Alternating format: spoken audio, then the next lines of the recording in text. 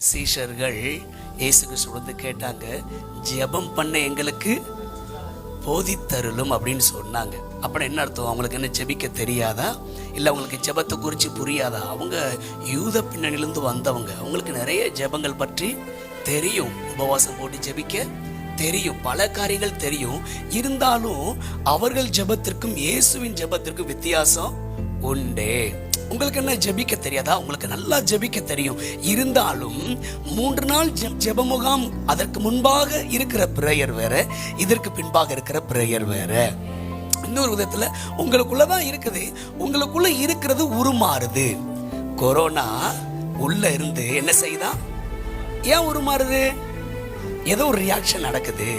அப்படி உருமாறும் போது வித்தியாசம் நடக்குது. அப்படி உருமாறும் போது பல மாற்றங்களை கொண்டு வருது.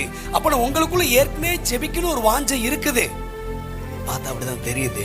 ஜெபிக்கணும் ஒரு தாகம் என்ன செய்யுது? இருக்குது. இப்ப இருக்கிறது இந்த 3 நாள் என்ன செய்யுது? இன்னும் உருமாறுது. அப்ப நான் உருமாறுதுனாலே இன்னும் நிறைய ரியாக்ஷனை கொண்டு வர போகுதுன்னு அர்த்தம்.